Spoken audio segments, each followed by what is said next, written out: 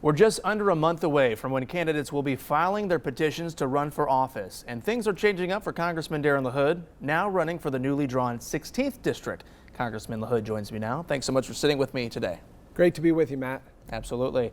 Well, what are you hearing from voters in the newly drawn 16th ahead of the primaries? Yeah, well, our district changes because of the gerrymandering in Illinois. The good news is I keep most of central Illinois, Peoria, Tazewell County, Woodford County, Bloomington, Normal, but my district goes north, goes all the way up to the Wisconsin border. I'll pick up Rockford, Princeton, Dixon, go all the way over to Galena. So it's a new territory. So we've been up learning those new areas, trying to earn the trust of the voters and getting out. And obviously, big issue is inflation. We're at a 40-year high in inflation right now. A lot of labor shortage issues across the country. Can't find enough truck drivers, can't find enough nurses, mechanics. That's a big issue.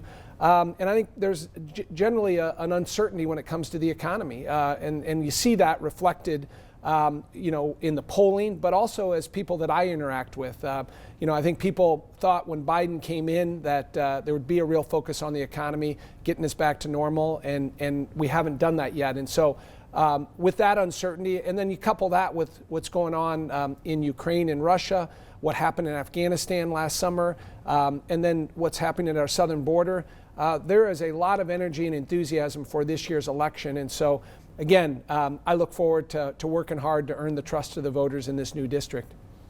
Well, a bipartisan panel of House and Senate lawmakers refused to extend Governor Pritzker's emergency powers to extend the school mask mandate while the state appeals to reinstate it in court. What's your response to the Joint Committee on Administrative Rules decision? Well, it's about time. I give them a lot of credit. What I've said for the last 6 months is we shouldn't have any state mandates. It should be decided at the local level. If a local school district in Morton or Washington or Dunlap wants to make the decision on masks, they ought to do that. We ought to have those decisions at the local level.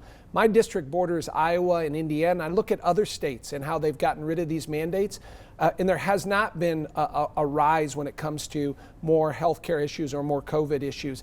So it's about time this happened. It's long overdue. I'm glad the judge in Sangamon County ruled a couple weeks ago against Governor Pritzker. I'm confident we can win in the appellate court and at the Supreme Court. And frankly, we need to get us back to normal. Well, the latest reports say Russia could invade Ukraine by the end of the week. What do you think should be done if Russia decides to invade? Well, there has to be real consequences for Putin. Let's remember, Putin is a thug. He is a dictator. He wants to kind of, take back the old Soviet Union, and that's why he's threatening Ukraine. But we need to be forceful. What worries me, Matt, is I'm not sure this would be going on if we hadn't had an epic failure of leadership in Afghanistan. Last August, we lost 13 Marines there that were tragically murdered. We went out with our tails between our legs. We left $85 billion of military equipment on the ground there, and they saw that the Taliban just walked into Kabul and took over.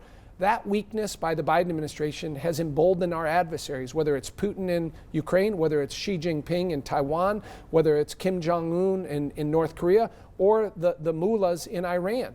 That's what's happening. And so that weakness, we have to overcome that. So we have to work with our NATO allies. We have to let Putin know there will be severe consequences, economic sanctions, military consequences, if and when he invades Ukraine. Why would Putin not want Ukraine in NATO? Because he knows that Ukraine is a democracy. It's a fledgling democracy. They believe in freedom. They believe in opportunity. They want that, similar to the other European countries. And that's a threat to Putin because, again, Putin does not have that. He has an authoritarian government there. It's run by him as a dictator, and he doesn't like that. And so he knows that a number of these countries are encroaching on Russia that believe in freedom and opportunity. So we have to continue to promote that in Ukraine and work with our NATO allies in a forceful way to let Putin know this type of behavior will not be tolerated and there will be severe consequences. Do you think Ukraine should be allowed into NATO? Well, that's a decision that the people of Ukraine will eventually have to make, but clearly they have not met the requirements or the benchmarks that are necessary to get into NATO. They may be able to meet that at some point. We have to give them the opportunity to do that, but you can't do that when you have Russia, invading them, and so we'll see what happens. It seems like it's dissipated a little bit in the last 2 days here, and that's a good thing. And again, I'm going to give credit to Germany's finally stepped up, France has stepped up, and the United States in helping them. And we hope that we avoid a war in Ukraine. Well, right now, Republicans are disagreeing on if the January 6th insurrection was legitimate political discourse. The RNC used the term during the censuring of Congressman Kinzinger and Congresswoman Liz Cheney.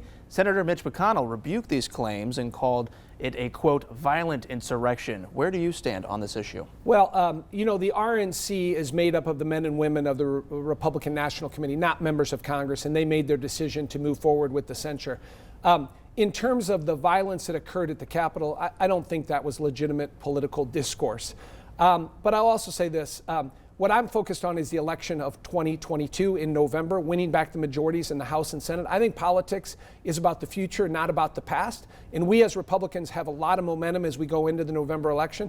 I do think we have a good opportunity to fire Nancy Pelosi, win back the House and Senate in this election, and that's what we need to be focused on. Well, Congressman, thanks so much for being here today. Thanks so much, Matt. And we'll have this whole interview on our website, ciproud.com.